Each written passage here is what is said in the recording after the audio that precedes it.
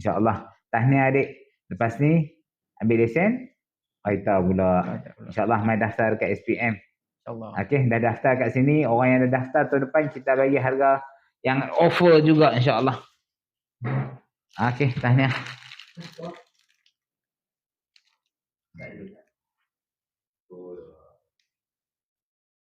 Okey, saya sama-sama. Masa belajar tu susah tak? Cikgu-cikgu kita akan ajak macam mana kita nak kena bawa, macam mana kita kena duduk, macam mana yang kita kena bersedia untuk bawa motor. Motor ni memang susah daripada kereta, tapi budak-budak perempuan boleh buat, budak lelaki boleh buat. Pasal yang luar tu kita tak boleh nak buat.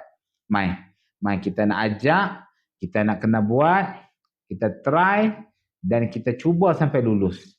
Hampa nak lulus ni bukan hampa nak lulus, kami pun bangga. Bila hampa mai sekali saja hampa lulus, kami pun bangga. Hampa mai keluar terus tak ada ulangan. Kami pun seronok. Hampa pun seronok, kami pun tukang seronok. Adik, tahniah adik. Ya. Lulus sekarang ni. Lulus. Sekali jalan.